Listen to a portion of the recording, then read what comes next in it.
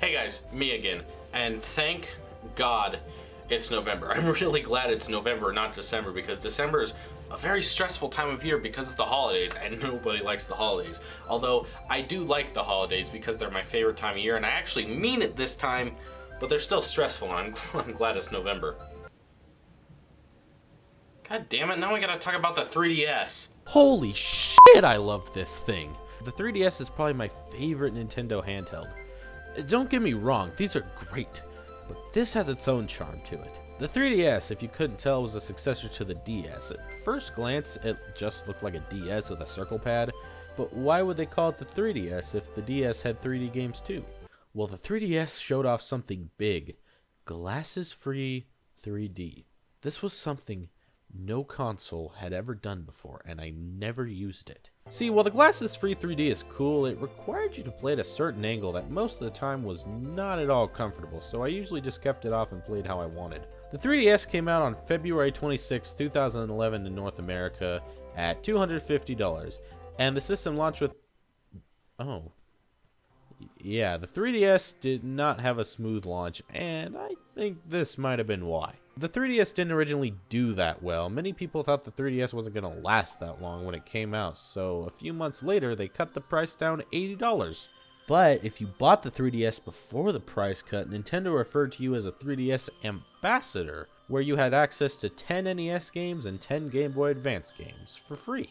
People did like the price cut, but the sales in the 3DS were still a little weak, so they took a new Super Mario's game and put it in 3D. Super Mario 3D Land, also known as the game that saved the 3DS. It's actually pretty interesting what they did. They took the linear obstacle course formula of the original Mario platformers and mixed it with the 3D of Mario 64.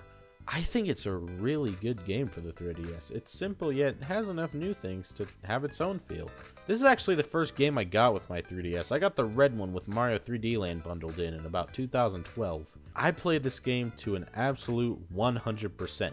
This was also really one of the few games on the system that actually took advantage of the 3D gimmicks, so it at least has that going for it. 2011 also saw a Mario Kart title, Mario Kart 7. It's okay. I think it's a solid enough Mario Kart game, but there wasn't that much in terms of modes. You really only had the standard races and battle modes. I kinda just wish the game had more to it, especially after the DS with the mission mode. A lot of people didn't really like the addition of Wiggler and Queen Bee, thinking they were just really weird. But I quite like the additions for that very reason. It's a solid enough Mario Kart game, just not the best. In my eyes, that title will always go to this one. Another big 2012 title was Kid Icarus Uprising, the return of the Kid Icarus series. And by series, I only mean like 2 or 3 games. Okay, so this game has an interesting story behind it. So Kid Icarus was an NES game that was just kind of there for a lot of years, and many people didn't really care about it. But then the main character, Pit, was added to Smash Bros. Brawl. It's similar to how it was with the Ice Climbers, where nobody really cared about them until they were added to Smash Bros. So Sakurai decided to create a whole new Kid Icarus game. You can definitely tell this was made by the same guy who made Smash Bros. For example, the menu similarities are definitely pretty obvious. Now here's the thing, I've never actually played this game. I always thought it looked appealing, but I just never got around to it. But it's definitely not the same Kid Icarus as this Kid Icarus. The original one was a simple platformer. This was more of a third-person shooter. Looking at the trailers and commercials, this game actually looks really fun, but then I took a look at the controls and that all kind of changes. All you use are the circle pad, L button, and the stylus. You place your index finger on the L button that fires Pit's weapon, your thumb on the circle pad to move on land or in the sky, and the stylus in your right hand to aim and change directions. That is a bad control scheme. But it does seem simple enough to get used to. It's just probably not very comfortable and your hand hurts afterwards. After that, 2012 was just filled with stuff like this. So in 2013, Nintendo really proved the worth of the 3DS. In fact, 2013 was probably the biggest year for the 3DS. There was just so many big releases that came out this year. But we're only going to be talking about some highlights because as much as I would like to talk about Garfield Kart for 22 minutes, I just don't have the time. Animal Crossing New Leaf was great. I played this game pretty much throughout the entirety of the 3DS life. I think Animal Crossing is a series that works really well for handhelds, maybe even better than as a console game. I think as a game that's really only played in short bursts just to kind of see what's going on for a little bit and then move on, it's perfect as a handheld game. Don't get me wrong, the console games are good and work fine, but I think it works better as a handheld game. In Animal Crossing New Leaf, instead of just interacting with a town like in the other ones, you play as a mayor and run your own town. This is desperately what the Animal Crossing series needed because the last few kind of just felt the same.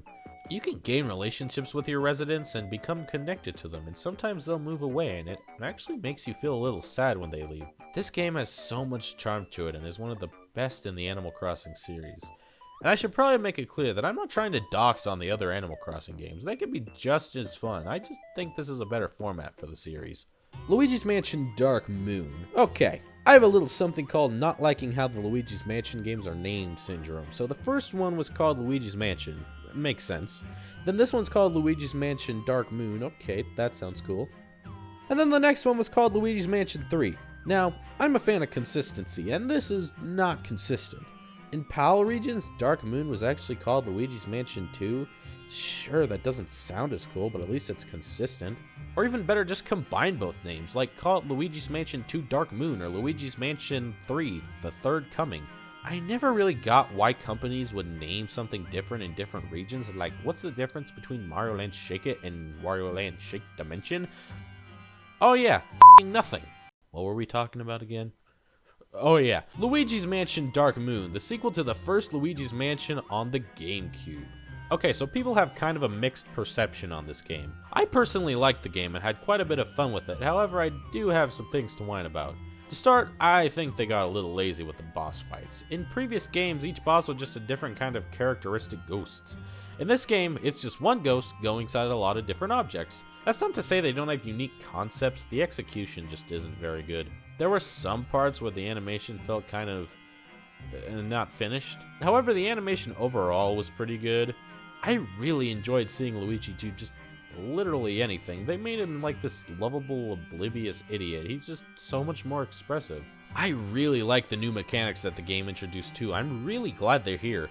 I've heard a lot of people gripe about how the layout of the levels was just too different for their liking, because in the first game, it was one building, just different floors, and in this game, it's several smaller buildings. I always thought people were a bit too picky with that. Like, the only real difference is the way the story sets it up. The gameplay is the exact same. Like, I bet if they just took all these mansions and put them into one building and called it something different, it would be exactly the same. I'm pretty sure people just dislike it because it's slightly different. But as long as the levels are good, I don't really care how they're presented. Tomodachi, translated in Japanese as friend. This sounds fucking stupid. Tomodachi Life, a game about running an island town full of Miis, which means all the customization in the world. Like Animal Crossing New Leaf, this is another game in the social simulation genre. Thank God the 3DS got a game in the same genre as Colonel Sanders' Dating Sim. This and Animal Crossing were probably what I played the most during the 3DS era. They were just games that you could keep coming back to, but to be fair, they were kind of designed for that. So in this game, you can make your own Miis and just kind of do whatever you want with them. Give them gifts like food and clothing. They'll have these little situations you can help them with. It really makes me wish I had a giant version of myself to tickle my nose with a feather whenever I had to sneeze. I also really liked all the goofy things that the Miis did. Looking at the dreams they had were just great. Here's the thing though, while I played this game a lot, it gets kind of repetitive after a while. Eventually, it just gets to the point where you've seen all the things they do. Every game, every dream, every item, every apartment, catchphrase, there's only so many things you can do. And after a while, it just gets boring. I'm not saying this game is bad. Like I said, I played it a ton, and what it does well. I just don't think there's enough content here. Like, if you were to pick between this and Animal Crossing, I'd definitely play Animal Crossing. Not like this is a bad choice, but this just has more content. Legend of Zelda, A Link Between Worlds. This game went back to the top-down style of the older games and handhelds. I really enjoyed the mechanic where you could go into walls to solve certain puzzles and go to the dark version of the world. This game is also considered the sequel to The Link to the Past on the Super Nintendo.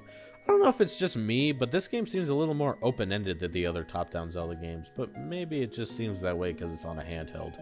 I really don't know much else to say about this game other than it's good. It's a really good Zelda game that I think you should play. Pokemon X and Y. We're really running out of ideas for titles, huh guys? So Pokemon X and Y was actually the first 3D Pokemon game in the series. Before this one, all the other games just used sprites. This game also used more animation than the previous game. In the other ones, they just kind of stood there until they disintegrate, but here they actually have some sort of reaction. So overall, this was actually a pretty big landmark series, plus it has new unique Pokemon, and it might just be one of my favorites in the series. I don't like Pokemon that much. Back in the day, I used to be crazy into Pokemon. I knew all the regions, all the characters, I even knew the names of every single Pokemon in existence. That was almost 700 at the time. I had merchandise, books, posters, calendars, I pre-ordered Pokemon Y and Alpha Ruby and stayed up till midnight to play them both on release. You get the point. But as I've gotten older, I just kind of started disliking the series more and more. I think the Pokemon themselves are pretty interesting, and that's about it. The main thing I don't like about it is just how repetitive the combat is. The whole game is just walk a little, fight, walk a little more, fight, walk more, fight again. That just gets so boring, and when you get your Pokemon to a higher level, you're just hitting wild Pokemon with one move and you're done. So that takes out all the good amount of strategy. And as I said before, there's not a lot of animations, so it's not really that interesting visually. I also don't like how a lot of the NPCs look the same. The whole presentation just feels lazy. I know the gameplay is what really matters, but I could argue that's not even good. The whole game just feels like a Game Boy quality game with a 3D look. I have this complaint for most games in this series, but I try not to be as harsh on them as they were on lesser hardware. I think Black and White didn't do as much as it could have since it was on the DS, but the Game Boy games are fine for what they are. RPGs are kind of a mixed bag for me in general. Like, for me to like an RPG, there has to be more than just this over and over. I liked the Mario and Luigi series of games, I liked Earthbound, I liked Persona 5, even though I didn't really play that much of it, because they had more interesting, well, everything. Better combat, better visuals, better strategy, just better games in general. The Pokemon series actually had quite a bit of love on the 3DS. Pokemon Omega Ruby, Pokemon Alpha Sapphire, Pokemon Sun, Pokemon Moon, Pokemon Ultra Sun, Pokemon Ultra Moon, Pokemon Mystery Dungeon, so much Pokemon! We also got a port of Donkey Kong Country Returns on the 3DS, also known as the way better way to play the game. This and Tropical Freeze are easily some of the greatest 2D platformers ever released. But the problem with DKC Returns on the Wii was that it just had way too much motion controls.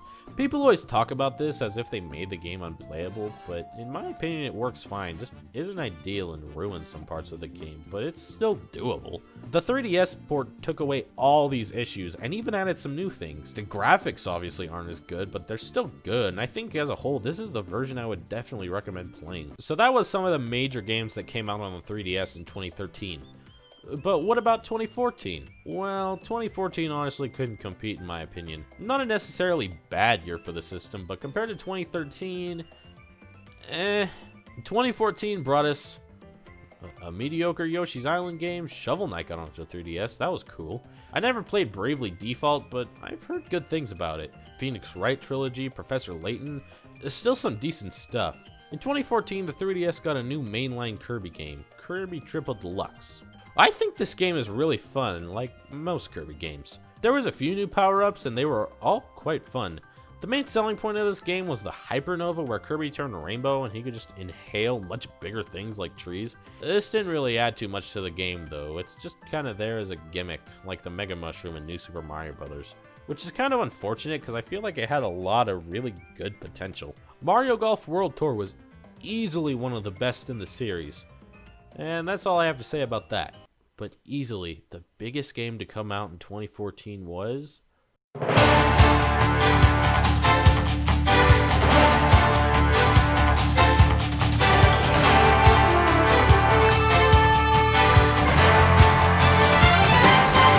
Super Smash Bros. On the Nintendo 3DS. Easily the biggest video game crossover series ever. This was the first handheld game in the series, and a variation of the game that came out on the Wii U, which is the version most people generally talk about.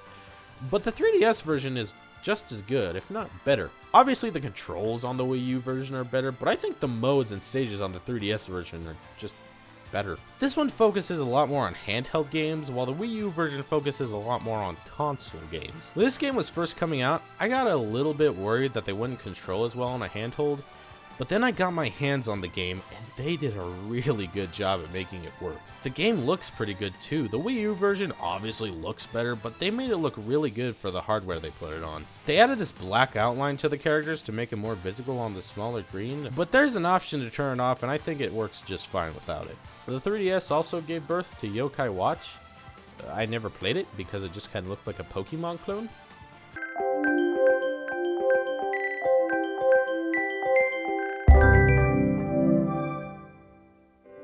The 3DS had such an awesome eShop. One of my favorite memories was just browsing around. Even if I didn't buy anything, I just enjoyed looking around. The 3DS eShop introduced me to indie games, virtual console games, just all kinds of fun stuff. I plan to talk about the eShop at full length at some point in the future, but for now, let's just run through some of the highlights. Harmony was such a fun rhythm game that is highly underrated, and I wish it had more love. Also, a sequel on the Switch eShop would be nice, please and thank you. Mutant Mudds did such an awesome job utilizing the 3D with its foreground background mechanics, such an awesome 2D platformer kind of shooter. Pushmo, a puzzle game where you push blocks and try to reach the top again, more please. So many awesome indie games on the 3DS. Not to mention the virtual console on there had so many great games I never would have played otherwise, like Mario Land 2, Link's Awakening DX, Donkey Kong, and some of the bad ones like Mario the Lost Levels. I enjoyed the 3DS a lot, and I had a lot of fun memories with it. But unfortunately, it's over for the little guy because as of September 2020, Nintendo has officially discontinued all production of 3DS systems. That means no more 3DS, no more games. It's all over. I thought it got discontinued like 3 years ago.